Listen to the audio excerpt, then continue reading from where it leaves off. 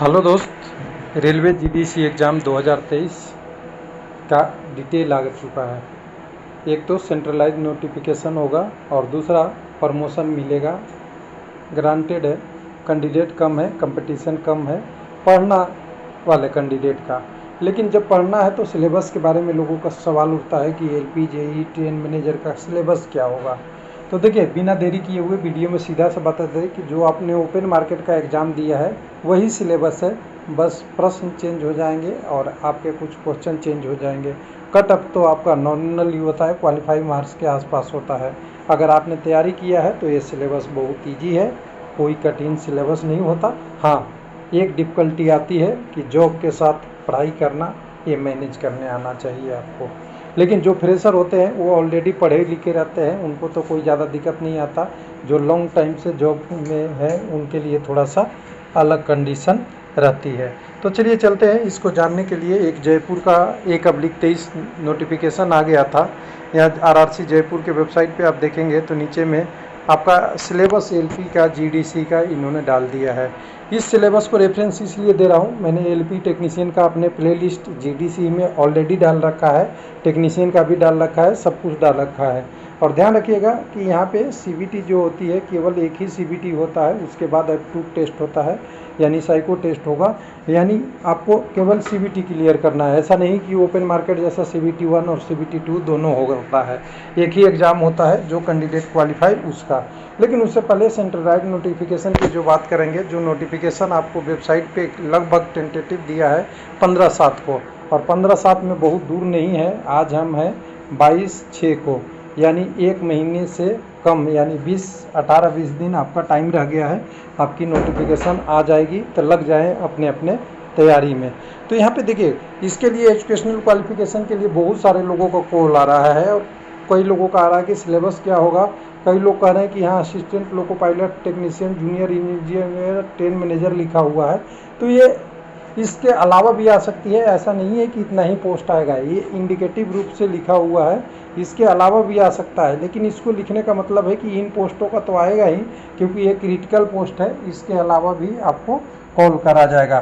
तो ये नोटिफिकेशन में देखेंगे तो कहते कि सभी का सेंट्रलाइज होगा। जिसका नोटिफिकेशन ऑलरेडी आ रखा है वो अपने वैकेंसी को कम करके या 0 दिखाएंगे, जिसके कारण से उनकी उस सेंट्रलाइज नोटिफिकेशन में अलग से वैकेंसी नहीं होगी। हो सकता है एग्ज़ाम साथ ही हो जाए, ना अलग भी हो, वो डिपेंड करेगा रेलवे बोर्ड के डिसीजन पे। अब सिलेबस की बात कर रहे थे तो सिलेबस को हम डाउनलोड करेंगे, तो हम यहाँ से डाउनलोड एलपी सिलेबस वाला ले लेते हैं। तो यहाँ पे आपको दिखा देते हैं कि उत्तर पश्चिम रेलवे जो है 20/6/2023 को, इसी दिन आपका जीडीसी का सेंट्रलाइज नोटिफिकेशन का डिटेल आया था। इसी दिन इन्होंने जारी कर दिया है कि आप अपना तैयार रहिए, आपकी लिखित परीक्षा कभी भी होगी, जिसमें नेगेटिव मार्किंग के साथ 1/3 मार्क के साथ 90 मिनट में 100 प्रश्नों का क्वेश्चन होगा। तो ओपन मार्केट में जाते हैं तो 90 मिनट में 120 क्वेश्चन करना होता है, यहाँ तो 100 करना है। ये भी एक ईजी है, यानी 20 क्वेश्चन कम है। लेकिन हाँ, जॉब के साथ तैयारी करना है, थोड़ा सा डिफ़िकल्ट मैनेज करना होता है। तो यहाँ पे अगर देखेंगे तो सबसे बड़ी चीज़ है कि यहाँ पे सिलेबस देख लीजिएगा। सिलेबस अगर देखिएगा NWR का, ऐसे ही सभी का ऐसा ही सिलेबस रहेगा। और सिलेबस में कुछ नहीं है, जो आपने जब एलपी टेक्नीशियन बनने के लिए दिया था तब भी यही था, ग्रुप डी बनने के लिए दिया था तब भी यही था। एलपी टेक्नीशियन में सबसे ज़्यादा ग्रुप डी वाले ही जाते हैं, तो ग्रुप डी में भी यही सिलेबस था। केवल साइंस के नाम पे बेसिक साइंस एंड इंजीनियरिंग में इंजीनियरिंग ड्राइंग का टॉपिक चेंज होता है।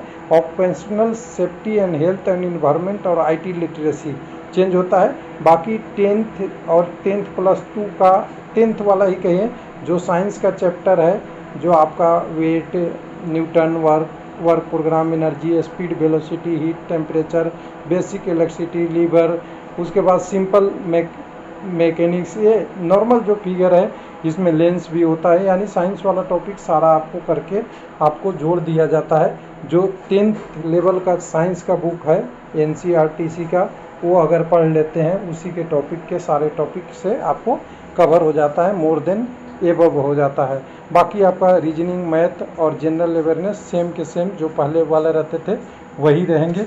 तो कुल मिला के कहें तो सिलेबस एलपी टेक्नीशियन के भी यहाँ एक ही है। और इसी तरह अगर जेई में जाएंगे तो वहाँ भी ये बेसिक इलेक्ट्रिसिटी वाला ये वाला टॉपिक थोड़ा सा बदल जाएगा।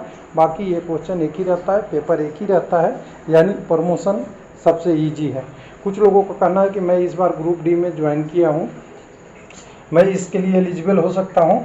तो आपका पीएफ नंबर अगर बन गया है तो आप एलिजिबल है, अप्लाई कर सकते हैं। मिनिमम क्वालिफिकेशन इसमें शायद अभी नहीं लिखा हुआ है, लेकिन एक आरबी चल रही थी, डिसीजन हुआ था कि मिनिमम जीडीसी में भी क्वालिफाई करने के लिए एक मिनिमम टाइम रखा जाए, जो अभी तक ऑफिशियल आया नहीं है। तो अभी तो आप अप्लाई कर सकते हैं।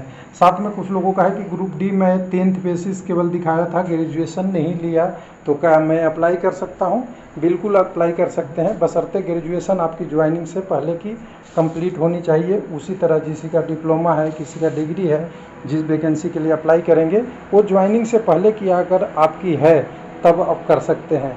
जिनकी ज्वाइनिंग से पहले नहीं है तो ज्वाइनिंग करते समय अटेस्टेशन फॉर्म में अपनी क्वालिफ़िकेशन लिख दें कि मेरा ये परसुइंग है, तभी आपको अलाउ कर दिया जाता है बाद में फ्यूचर में। लेकिन उसके लिए आपको उनको बताना पड़ेगा और उससे समस्या आएगी तो फेस करना पड़ेगा। यानी कुल मिला के अच्छा ऑप्शन है। थैंक यू, धन्यवाद।